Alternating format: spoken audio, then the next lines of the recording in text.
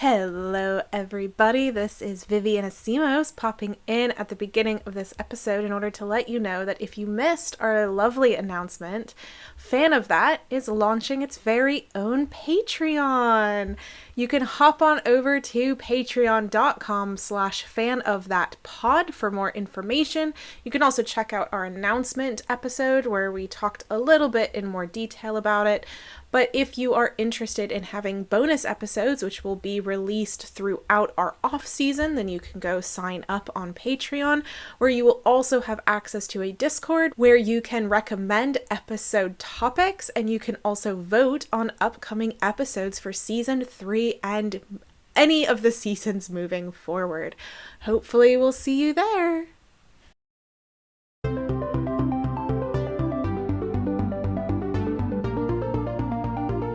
Hello and welcome back to I'm a Fan of That, the Christmas special! Woo!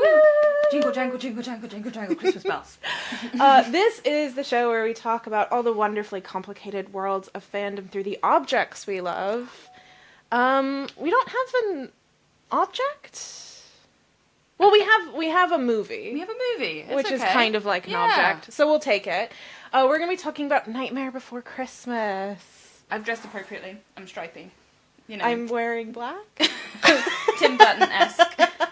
I should have gone more goth today. I'm very sorry.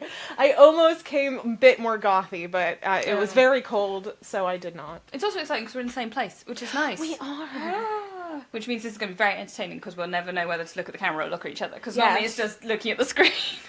But that's fine. You'll see how awkward of people we are. Oh my god. But yeah, Nightmare Before Christmas. As an edgy teenager, it was like, it's my favourite Christmas movie. Because it was like that or Die Hard that you had to say because you were an edgy teenager. Oh, right? yes.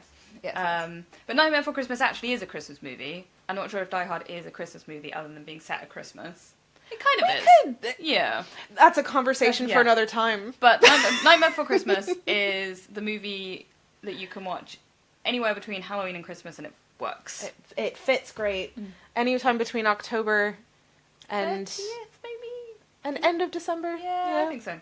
Probably. I mean, depending on how into Halloween you are, you could probably start a bit earlier, but...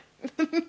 But yeah, I think a lot of people, Nightmare Before Christmas is like one of those sort of cultural touchstones for, in like, that they watch it around Christmas every year, it's their big movie, all that kind of stuff, and you see it all over. Disneyland, is it Florida now, has turned the Haunted Mansion into the Nightmare Before Christmas ride. They? I know they had a lot of Nightmare stuff, but it's been a while since I went to Disney in Florida. I can't remember if it's Florida or California, but it's one of the American ones has that. And I think the Paris one is lobbying quite hard to get it, I think, as well, because it would be a big draw. It's, you know, it's one of Disney's big kind of... This kind of year, between, like we said, October and December, Disney go all out on Nightmare Before Christmas now, really, don't they? Yeah. Because it's such a big cultural thing. It's a big cultural thing, and like we said, it can span across an extended period of time. So, unlike, I think in our Halloween episode, we were complaining about Christmas starting early. I think this is the only exception where the people who love Halloween will allow this to creep into their Halloween time, because it is also Halloween. Yeah. And I mean, I think it's, as a movie, it is just a really good film. You know, well, we should probably, for anybody who hasn't seen it, which I don't know how many people that might be. I don't know, because I think there is some people who it kind of misses. Which, to be fair, that happened to my husband. Yeah. We were dating, I think. It was before we got married that I made him watch it, to be fair. Okay. Oh no, it might have been after. Oh. I might have married someone who had not seen Nightmare Before Christmas. That feels sacrilegious somehow. A little bit. But we ended up watching it together one year. I think we watched it in like November time period. Yeah. As like a little bit of an in-between, but I can't quite remember now when exactly it was. But yeah, he hadn't seen it.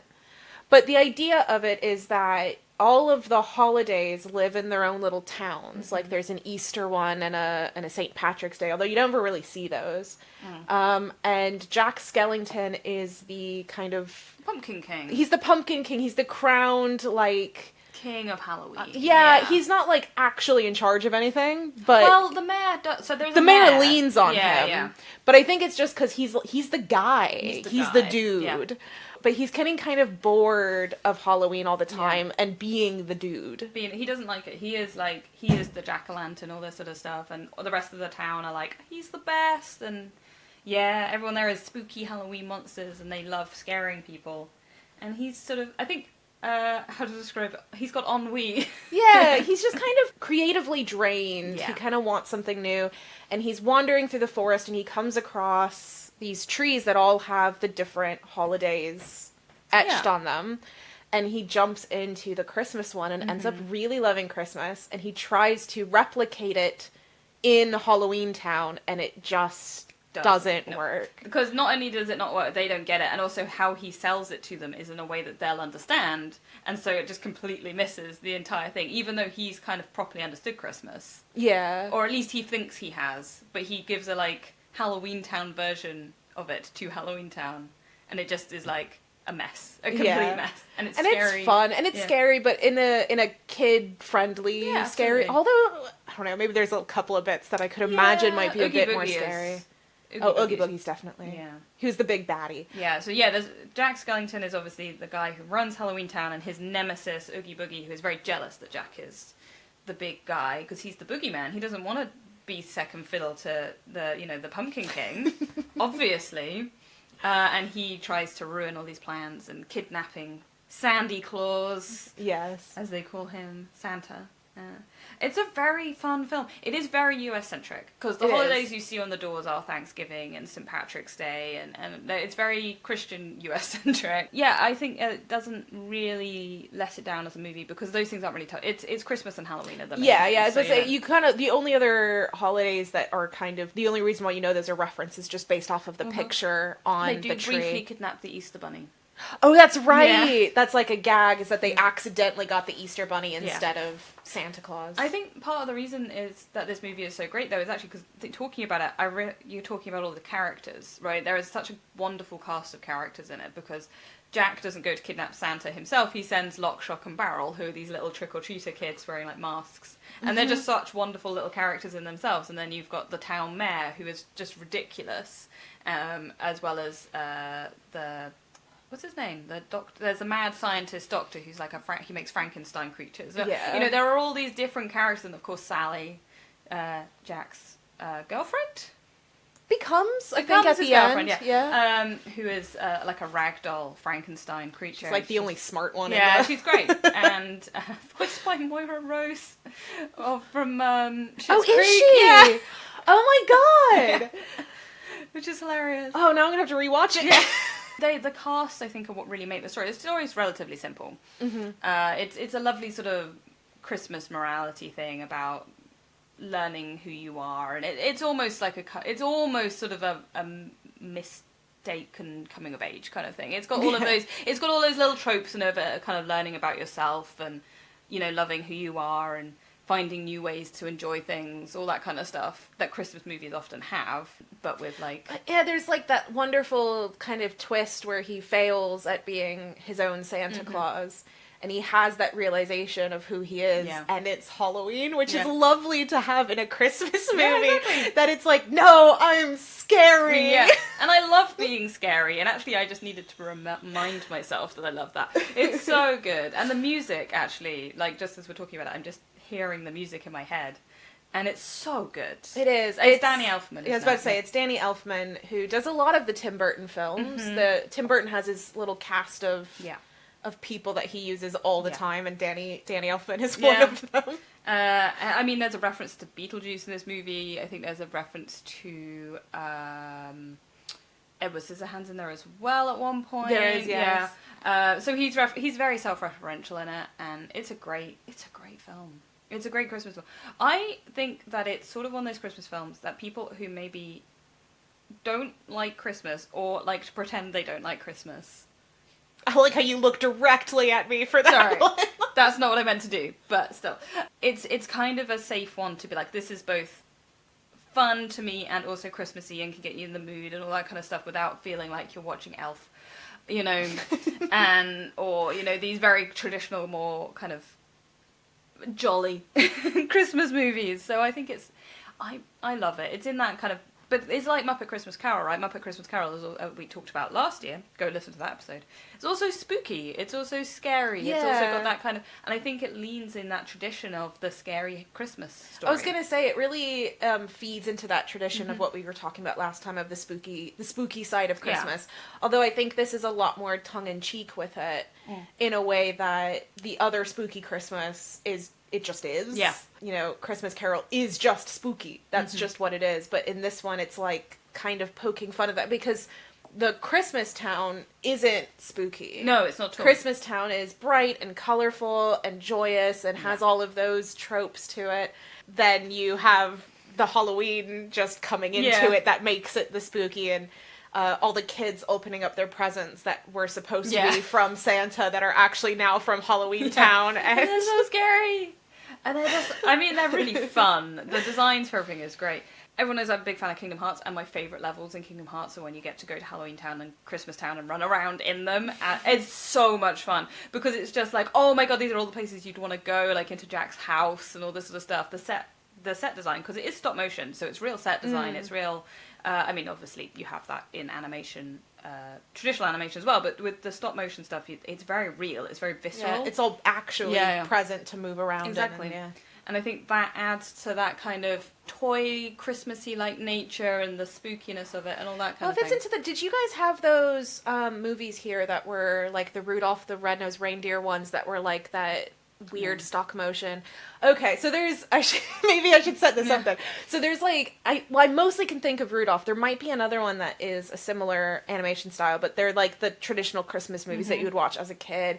And I think they're stop motion, or at least animated to look like stop motion. I am not and I also haven't seen them since I was like 12. So I think I know the ones you mean. I've seen clips of them online, and I can absolutely see that if you're going to do a pastiche of children's Christmas movies, you would do it like that. Yeah, so I can see why doing a stop motion for Nightmare Before Christmas really just, to me, it fit into that same style of what you would have been watching. And it's not like Tim Burton was doing that kind of animation particularly before this. Like, I feel like pointing out that Tim Burton is the creator of this movie. He is not the animation studio. Yeah. The animation studio do their own thing. They've done lots of really cool stuff. Because obviously he then did Corpse Bride, which is stop motion as well, but that was a lot later. Because he did this, and then... Yeah, Corpse Bride was years later, I think. Yeah. And then it's just, he goes back to live action, and then... Because I saw Corpse Bride in the theaters. Yes, I know. Yeah. Which must have been... It was very deep into my edgy teen stage, I think, then. Yeah. I think I wore a Jack Skellington t-shirt to go and see him. To be fair. So I think when I was doing the cosplay research, I kept saying I hadn't cosplayed, and I had totally forgotten that when I was in middle school, I dressed as Sally. Aww. That was like my go-to costume, was I would dress as Sally, because it was super easy. It was a ragdoll t-shirt. Yeah. She had red hair, so I could just leave my hair down. And I just painted myself blue and drew little stitch lines on it, and that was it. It was super fast and easy. But I didn't think of it as cosplay at the time, but I guess it's more Halloween costume. Yeah. Difference between them could be a discussion for another episode.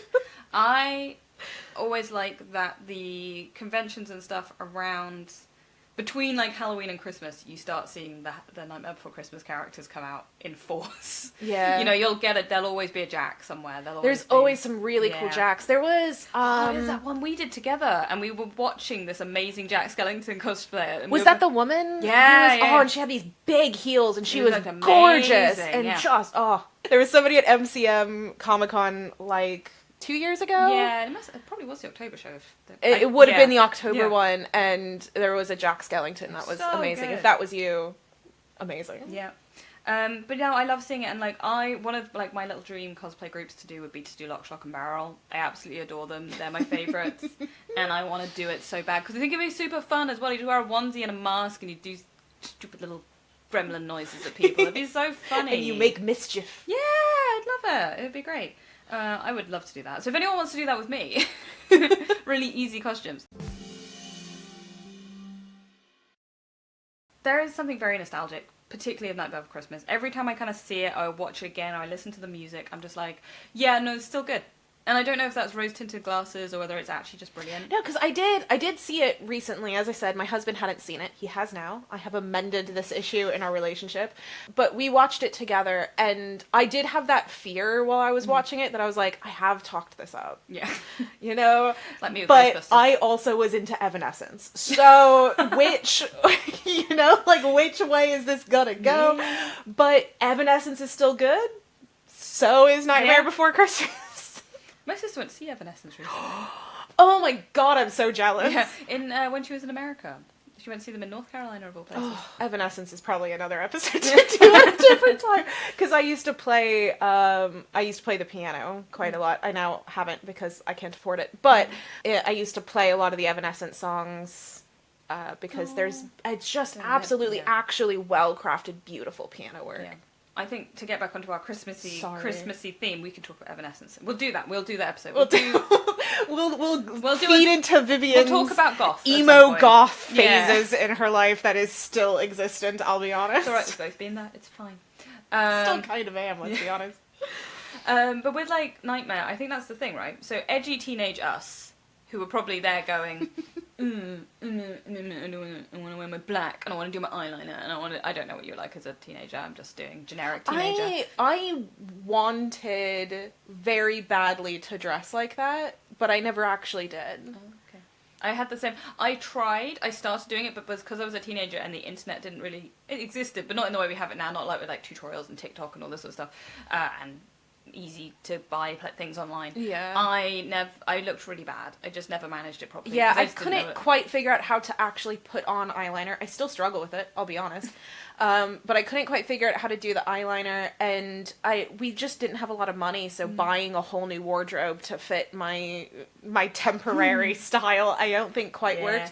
But my sister, who was older than me, had a very small step into that world, so I got to steal her clothes when I was of size. And it was, so we had those big, like, I think the brand was Trip. Oh, I know. With two-piece that were, like, big and baggy and had the chains everywhere and 20,000 pockets. I had one of those because they were my sister's old And you pair. definitely watched Nightmare Before Christmas while wearing it. Yes. And that's a little peek into... Yeah. But what I was going to say is, like, when it comes to being that nostalgia, that Christmassiness, and being able to tap into that thing of when you were a teenager... at the same time of being like, because I think a lot of Christmas stuff is childhood, right? It's pre-teens. Whereas Nightmare Before Christmas, I think, is a different one because it gives you a nostalgia to a different stage of life that maybe we don't always look back on and are like, that was shit. You know, we kind of maybe think, oh my god. But actually, I think what Nightmare does for a lot of people, particularly those people who were like us, who did watch it as teens, who were maybe like, it kind of, I think, gives you a little sense of where your identity was forming. And all that kind of stuff around this Christmas thing, which I think is a really lovely place. Whereas, you know, when we talked about Muppet Christmas Carol or that kind of stuff, that was more about, like, the traditional Christmas ideas and, like, that childhood idea and those Victorian ideas of what Christmas is. Whereas this is a much more modern thing, and so appealing to teenagers, which is a much more modern invention, in inverted commas, I think is a different type of take on Christmas in general. And it's smart because I think when we talk about nostalgia... I think often we might think of, like, childhood stuff, but really most of it is going to be things that we found interesting or popular or connected to when we were 13, 14, 15. Like, that's what you cling to. Yeah. At least that's what I cling to, and I think that's how it is for most people, at least my age. When you talk to it, it's the same cultural touchstones. I think you could probably I think it goes between 9 and about 14 are the things that are the big nostalgia things. So that pre-teen, early teen period. Like, it's not... it's not the Rudolph the Red-Nosed Reindeer from when you were 5, it's Nightmare Before Christmas from when you were 12. Like, that's what you end up connecting to. So trying to reach that audience and where they were at, recognizing that a lot of these kids like Evanescence and, and these guys are listening to My Chemical Romance and we can reach them. I mean, granted, I don't know if Tim Burton was quite thinking that way because he also is a bit gothy and spooky and... You know, I mean, it's obviously his style of movie. Yeah. And I don't know if those were the bands that would have been around at the time that movie came out, because I think it came out in the 90s, so I think we're more thinking of things it like... was the precursor to... Yeah. So I think we're talking about people who were watching The Craft and listening to The Cure so and all that we kind wouldn't of thing, have Evanescence if it wasn't for Nightmare Before Christmas. Really? Is that what we're discovering? I think that's what we're having, yeah.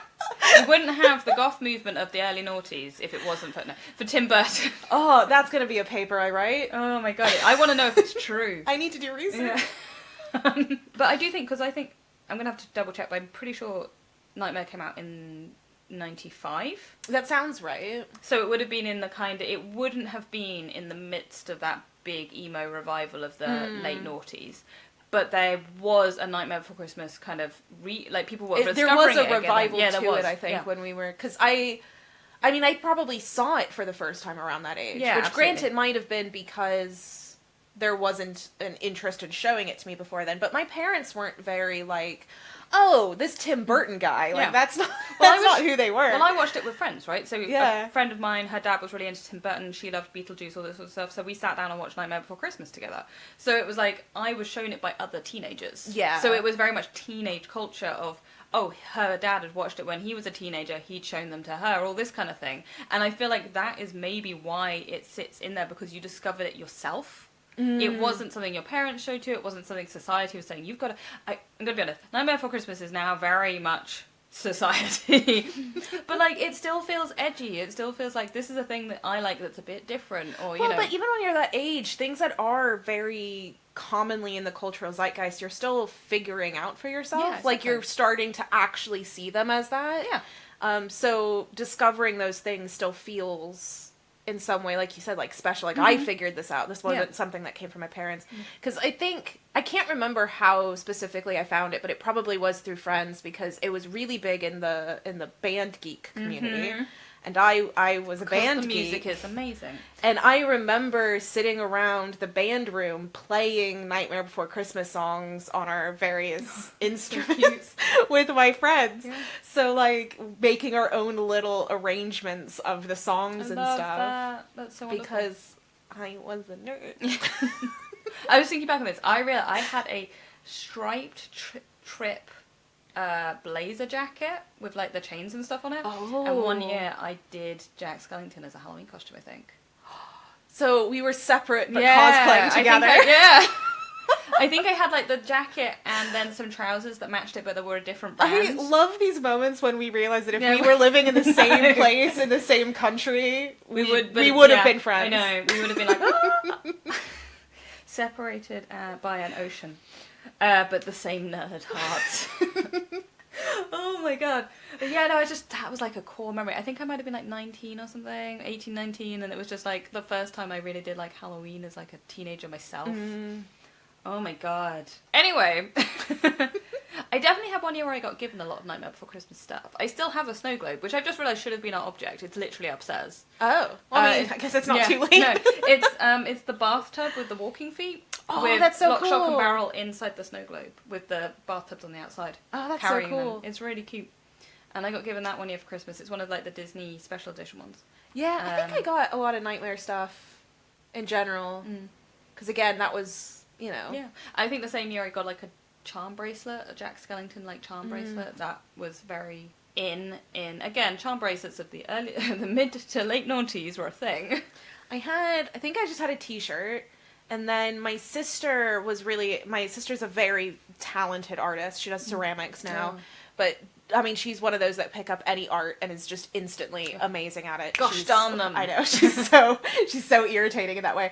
But she used to draw on black binders with whiteout.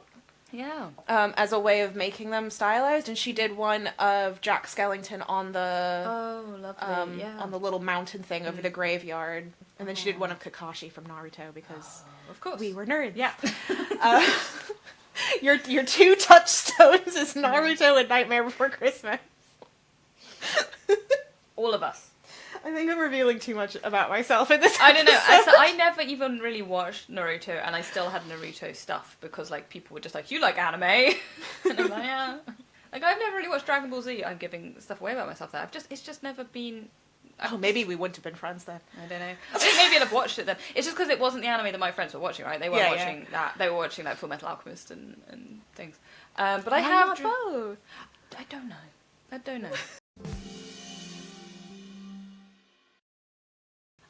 don't think. I mean, we've got Christmas horror movies and stuff, right? And we have, like we talked about, the Christmas ghost story, the traditional Christmas ghost story, but I don't think there is anything else like Nightmare Before Christmas that kind of spans that thing of, yes, this is a Christmas movie, but it's also a Halloween movie. It's talking about all of both, all and both, and kind of the idea of identity and all that kind of stuff, while also being just a really fun kids, family movie, I guess we should call it. I couldn't think of another Christmas movie that falls into that same niche in the same way. Because, like, if you kind of think about things that are like that, you've got Coraline, you've got Corpse Bride again, but that's and, not, the Leica movies, Leica? Yes, Leica Studio movies, but there isn't really anything else like Nightmare Before Christmas that I can kind of pinpoint, and you'd think there'd be copycats and things there are things, like you say, there are those movies that fit the vibe, but they're not holiday movies, they're just movies that you would also like if you liked that. Yeah. Because, like, Coraline's not really... It's not at all a Christmas movie. No. I know some people watch it for Halloween, but... Yeah. But no, I don't think there's anything else that has that same Christmas aesthetic to it, but is also those sort of spooky family movies. Yeah. Maybe it is its own thing. And that may be why it's entirely kind of... I do think you go into certain shops at this time of year and it's just Nightmare Before Christmas everywhere. Yeah. I mean, there might have been attempts to do it and we just haven't thought of it because it wasn't as good. No, that's true. Cultural touchstone Nightmare Before Christmas, really. Because I think there is something to that of, I got into an argument with an academic once, granted this was about Nigella Lawson, but they were kind of making this comment about, like, the only thing about it is that it's sexy. And I made, it's like, if that was all it was, then everyone else who came afterwards trying to mimic that would also be as popular as Nigella Lawson. And they're not. Yeah. Because there's something else to it. And so, I think that's also part of this, is that there is agency in consumerism. Yeah. That a lot of people don't like to talk about, but it is there. And so we have the activity of going, that doesn't have... You're just mimicking the style, you don't mimic the heart. Yeah. And there is a really important heart in that movie. I mean, this is it. As fans, we don't spend money on things just because. I mean, some people might. Some people might just get everything to do with something, and that's fair enough. That's what they want to do, that's what they do.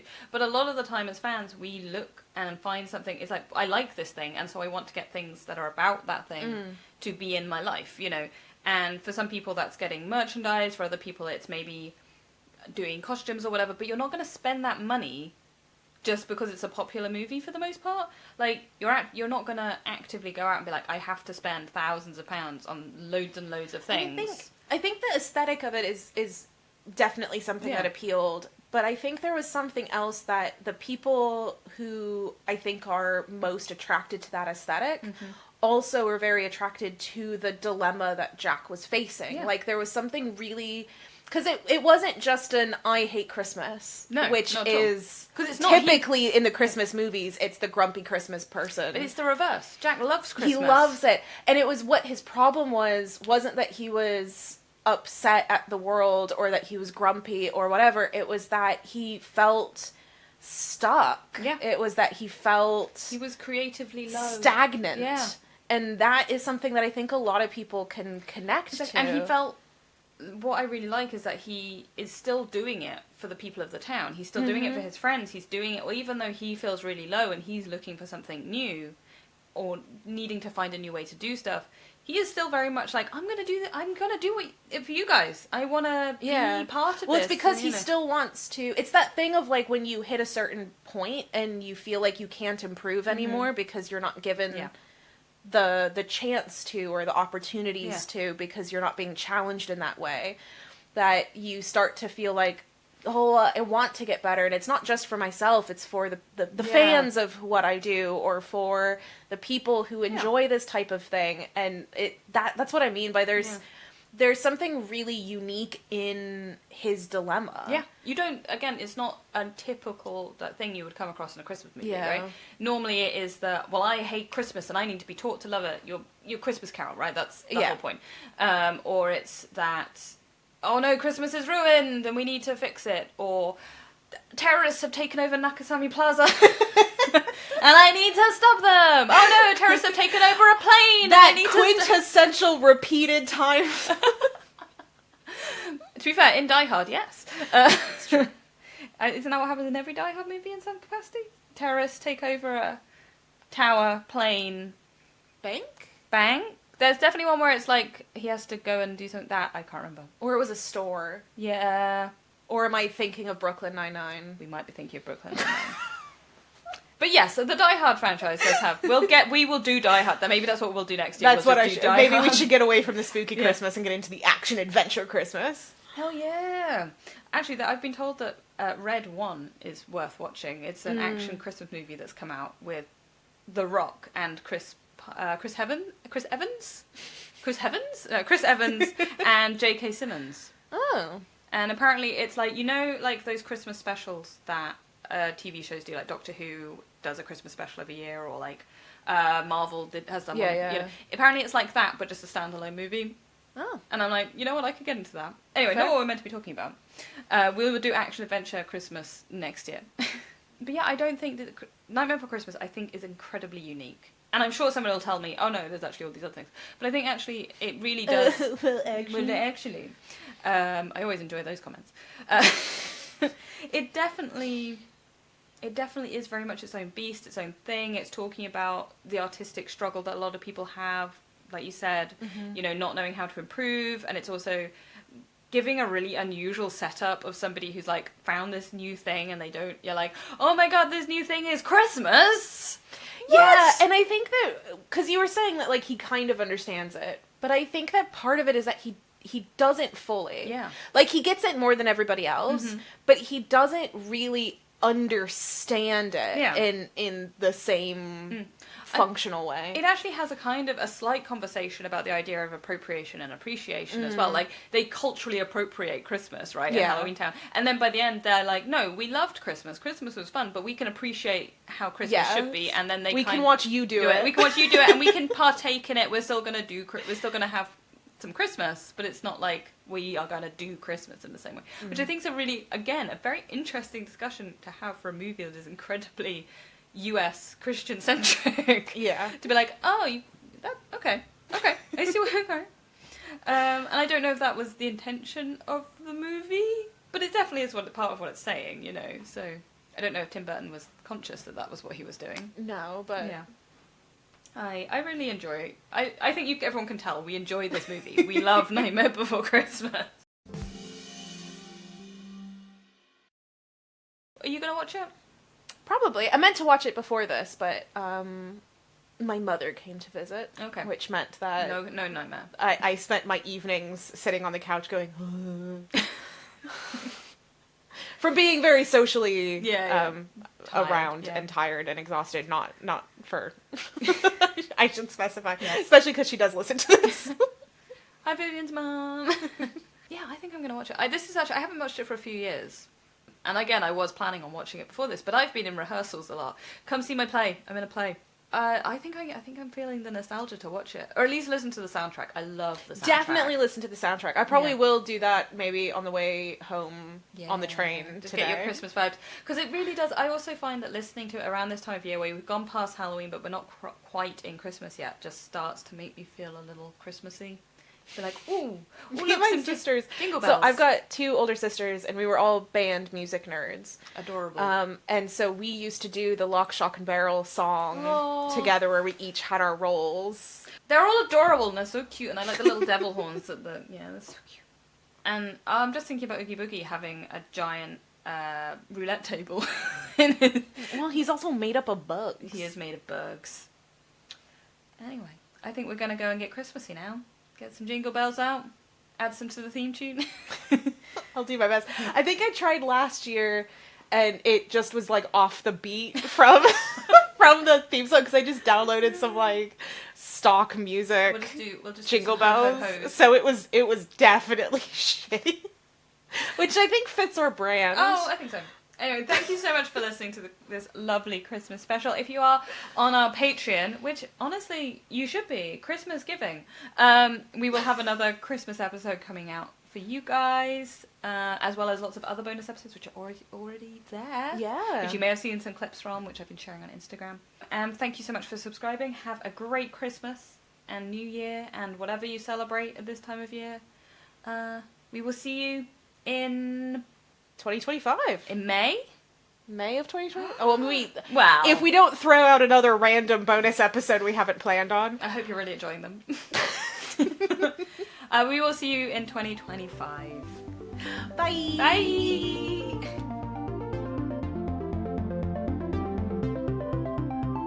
Thank you for listening. Remember to like, review, and subscribe wherever you are listening to this podcast, and do give it a share. Tell your friends, family, fellow fans. Get the word out however you feel like you can. You can follow us on social media. Links are in the show notes, as well as some links to further reading for anyone who might be interested. Music for this episode was Nowhere Land by Kevin MacLeod, licensed under Creative Commons by Attribution 3.0. This episode was produced by Vivian Asimos and Olly Swinyard.